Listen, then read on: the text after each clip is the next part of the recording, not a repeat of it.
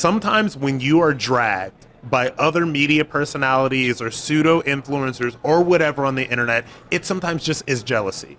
It sometimes just is the fact that people think that they were supposed to be in this room, and why him and why not me? Why Cerno, why not me? Why Rob Smith and why not me? Why that, I don't know who's Isabel Bryan or Liz Wheeler? Why Laura Loomer, not me? Exactly. I'll be honest. Love you, Laura. The conversation around why wasn't I invited is for your personal team and not for the public. Yes. So when I called my my PR booking communications who's walking out to the White House, I was like, "How did we miss this?" Yeah. She's like, "I don't know," and I'm like, "All right, well, let's figure out how we get it next time." Yeah. And what did I do? And what did I do today? What did I do today?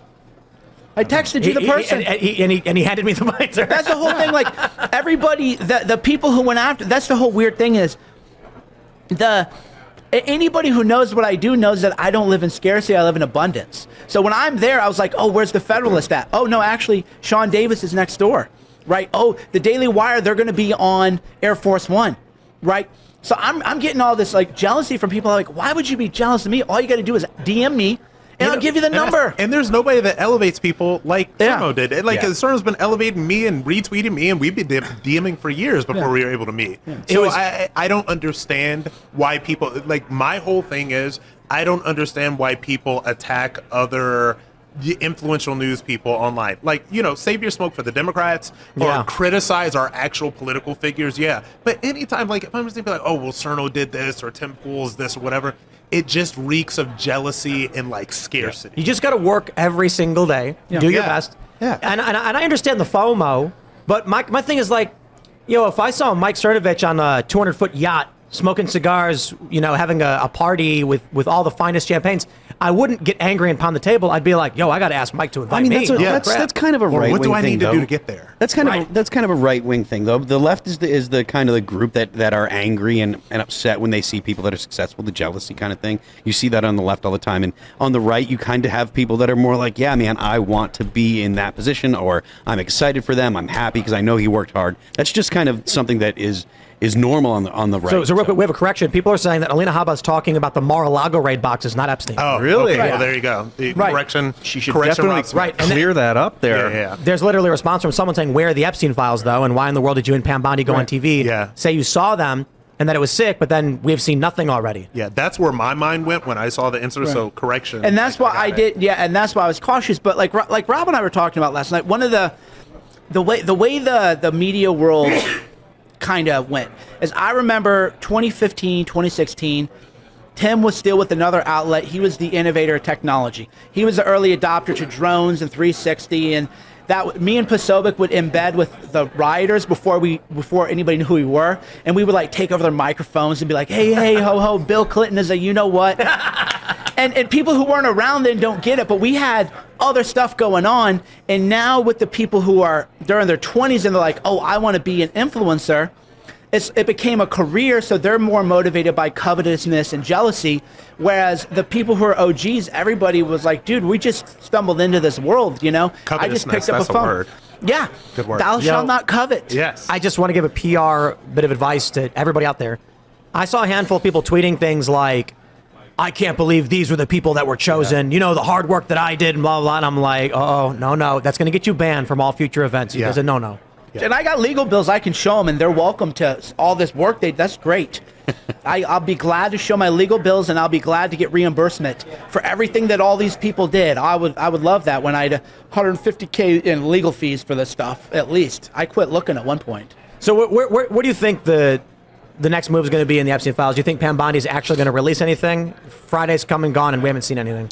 I think that the public reaction was so strong that they have to. That's where the 4D chess comes in.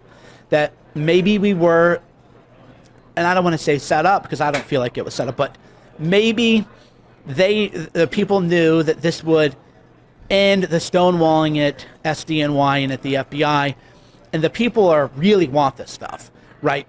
So we're going to have to get something. My personal opinion is that, and this is where another criticism is like, oh, you're covering up for Israel or whatever, because there was an old clip where they were like, oh, it was a Mossad operation. And I go, guys, whatever it was above whatever Mossad is. Because if it's Mossad, you couldn't talk about it. right? That's how dumb these people are. If you're allowed to talk about something, then that thing you're talking about is not really the thing that they're afraid of you talking about, right? And if you look at what gets people censored, nobody will get censored for claiming it was evolved with Mossad. Nobody would. But if you talked about certain health issues a year or two ago, boom, you got banned. So people think, oh, I'm so edgy. And I go, no, whatever it is it's the thing above Five Eyes. It's the thing above all of these other entities. And somehow that means it's covering up. It's like, no, it's actually the opposite. I think we're dealing at the level of like sovereign wealth, trillionaires, not just because there's things above them. We're talking about the royal wealth. We're talking about the trillionaires, right? And who's the trillionaires? We don't know. And if you didn't know, they're a trillionaire. So all these people think they're so edgy. Oh, you're so edgy, Mossad. Dude, it's something bigger, some superstructure. And this is what I think about it with the 4D chess, idea, right? You have to understand when you're doing this and you're kind of like in this game and you're being, invited to do this or do that, whatever. It's like, think about the level to which you are useful, right? So you are being used in a certain way. What am I being used for? Am I being used for the good of the country? I'm being used for the good of whatever. And I think that that's something that you have to think about when you decide to do these things. I think it just kind of is the name of the game and part of the industry we're in. There's two different categories. So one is, I don't think anybody who's really familiar with me would be like, well, he's an influencer. I'm an influencer who got John Conyers to resign from Congress because I uncovered sexual harassment documents that nobody knew about. That's not what an influencer says. Hey, look at me. Here's my hot take on like the issues of the day. But I'm a hybrid because I still always interlate a lot of personality to it too. So people who are new to this world or new to me, they're like, oh, Cerno is an influencer, but nobody actually thinks of me in that way. It's more of a hybrid thing. But to your point about, like being useful, that's where, like, Arnold Schwarzenegger actually, they stole this quote from me for his book. Years ago, I wrote an article like this, and before I saw it anywhere else, but it was, stay busy, be useful. Yeah. That's how I live my life. What'd you do today? What'd you do today? Who'd you help? What'd you do? Oh, you weren't. And a lot of these people who are mad are useless.